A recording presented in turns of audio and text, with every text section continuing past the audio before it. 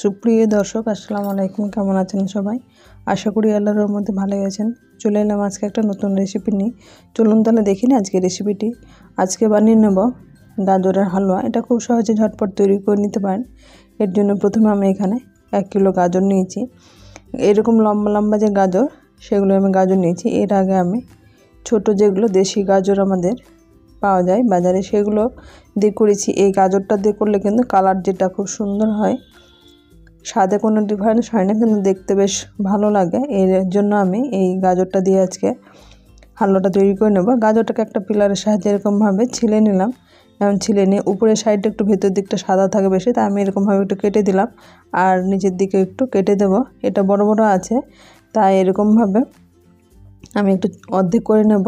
এরকমভাবে সবগুলোই ছিলে ফেলে এরকম অর্ধেক করে কেটে নেব, যাতে এটা গ্রেড করব বলে এটা সুবিধা হয়। এটা যেহেতু অনেক লম্বা, অনেক সময় ভেঙে যাওয়ার সম্ভাবনা থাকে, তাই এটাকে আমি এরকম একটা গ্রেডার নিয়েছি। এই গ্রেডারের সাহায্যে কিন্তু এরকমভাবে গ্রেড করে নেব। এরকম যদি গ্রেডার না থাকে তাহলে আপনারা বটিতে সরু করে কেটে নিয়েও করতে পারেন।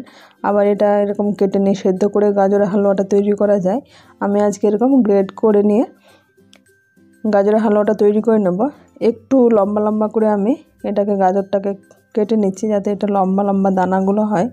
তাই এরকম একটু দেখতে বেশ ভালো লাগবে, সেদ্ধ ভালো হয়, একেবারে গলে যাওয়া এরকম হবে না হালুয়াটা। তাই আমি একটু বড় বড় করে এরকম গ্রেড করে নিচ্ছি। এখানে যদি আপনি গোল ভাবটা আছে, সেখানে যদি ঘষে ঘষে এটা কাটেন তাহলে কিন্তু ছোট হবে। আমি লম্বাটে করে ধরেছি আর লম্বা লম্বা করে এরকম গ্রেড করে নিলাম।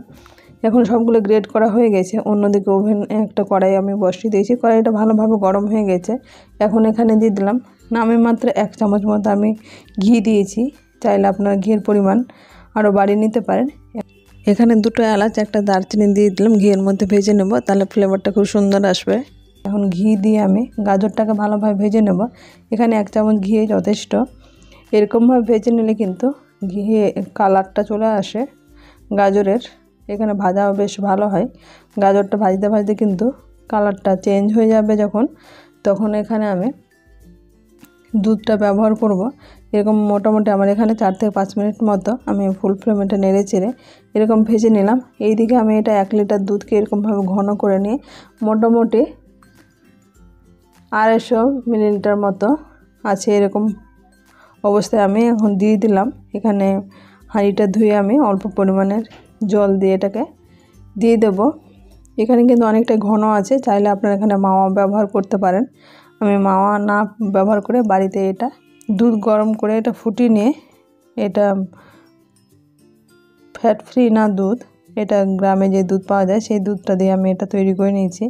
এখন দুধটা দিয়ে ভালোভাবে নেড়ে চেড়ে এটা ঢাকা দিয়ে আমি মোটামুটি 5 মিনিট মতো ফুল ফ্লেমে সেদ্ধ করে নেব।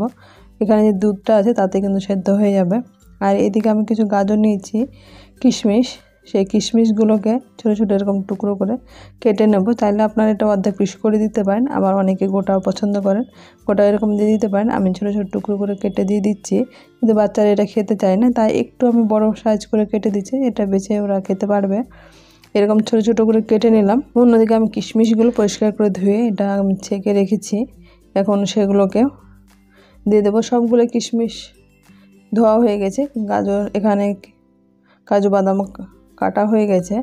এখন দুধটা ভালোভাবে সেদ্ধ হয়ে গেছে, গাজরটা ভালোভাবে সেদ্ধ হয়ে গেছে। এখন যে কিশমিশটা আছে, কাজু আছে, সেগুলো দিয়ে দিলাম। কিশমিশটা দেওয়ার সময় কিন্তু আমি ফ্লেমটা কমিয়ে দিয়েছি। ফ্লেমটা কিন্তু একেবারে কমিয়ে দিতে হবে, যেহেতু এখানে আঙুরটা এটা টক থাকে কিশমিশটা, তাই অনেক সময় দুধ এখানে ফেটে যাওয়ার সম্ভাবনা থাকে। তাই সবসময় এটা কিন্তু একেবারে শেষের দিকে দিতে হবে। এখানে গাজরটা আমার সেদ্ধ হয়ে গেছে 70% মতো, সেই অবস্থায় দিয়ে দিলাম। এখন এটা মিডিয়াম ফ্লেম করে নিই, মোটামুটি 2 থেকে 3 মিনিট মতো রেখে কিশমিশটা যখন ভালোভাবে একটু সেদ্ধ হয়ে যাবে, তখন আমি ফুল ফ্লেম করে দিয়ে ঢাকনা উঠিয়ে ওভেন এরকমভাবে ফুল ফ্লেম করে নেড়ে চেড়ে দুধটা পুরো টানিয়ে নিতে হবে, যাতে গাজরের সঙ্গে এরকম মিশে যায়। এখানে থেকে বুঝতে পারছেন অনেকটাই দুধটা কিন্তু টেনে গেছে। এরকমভাবে খুব সহজেই আপনি ঝটপট তৈরি করে নিতে পারবেন গাজরের হালুয়া। এখন আমি এই মুহূর্তে দিয়ে দিচ্ছি, দুধটা কিন্তু পুরোপুরি টেনে গেছে। এখন এখানে দিয়ে দিচ্ছি 150 গ্রাম মতো চিনি খান। চিনির পরিমাণটা আপনার কম বেশি করে নেবেন, যেমন মিষ্টি খান। আমি যে মিষ্টিটা করেছি সেটা যথেষ্ট মিষ্টি আছে। আরও বেশি মিষ্টি খেতে চাইলে আপনারা বাড়িয়ে নিতে পারেন, আবার যদি কম আরও এর থেকে খেতে চান তাহলে কমে দিতে পারেন। এখন চিনিটা গলে কিন্তু অনেকটা জল বেরিয়ে গেছে, দেখে বুঝতে পারছেন। এটা আমি মোটামুটি নেড়ে চেড়ে এরকম ফুল ফ্লেম করে নেড়ে চেড়ে ওভেন বন্ধ করে নিলাম। এখন দেখে বুঝতে পারছেন আঠালো আঠালো একেবারে গাজরের হালুয়া পারফেক্ট তৈরি হয়ে গেছে। এখন যে এলাচ দারচিনি আমি দিয়েছিলাম ঘিয়ের মধ্যে, সেগুলো ফেলে দিয়ে এখন আমি একটা সার্ভিং বাটিতে উঠে নিচ্ছি। এখানে চাইলে আপনারা আমন্ড, পিস্তা এগুলো ছোটো ছোটো টুকরো করে কেটে দিতে পারেন। আমার কাছে কাজু কিশমিশ এই দুটোই ছিল, তাই এই দুটো দিয়েছি। এখন যে ছোটো ছোটো টুকরো করে কাজুগুলো কেটে রেখেছিলাম, সেই ছোটো ছোটো টুকরোগুলো গার্নিশিংয়ের জন্য উপর দিকে ছড়িয়ে দেবো। এরকমভাবে দেখতেও বেশ সুন্দর লাগবে, খেতে বেশ মুখে যখন পড়ে তখন খেতে বেশ ভালো লাগে। এরকমভাবে খুব সহজে আমি ছড়িয়ে দিলাম, খুব সহজে তৈরি হয়ে গেছে গাজরের হালুয়া। আমার রেসিপিটি কেমন লাগলো আপনারা অবশ্যই কমেন্ট বক্সে কমেন্ট করবেন। আমার চ্যানেল নতুন বন্ধু হয়ে থাকেন তাহলে সাবস্ক্রাইব করে পাশে থাকা অনুরোধ রইল, পাশে থাকা বেল আইকনটি প্রেস করে দেবেন, তাহলে যখন কোনো ভিডিও আপলোড দেবো সর্বপ্রথম আপনি নোটিফিকেশানে পেয়ে যাবেন। আজ তাহলে এ পর্যন্ত, ফিরে আসছি নতুন কোনো রেসিপি নিয়ে। ভালো থাকবেন, সুস্থ থাকবেন। আসসালামু আলাইকুম, আল্লাহ হাফেজ।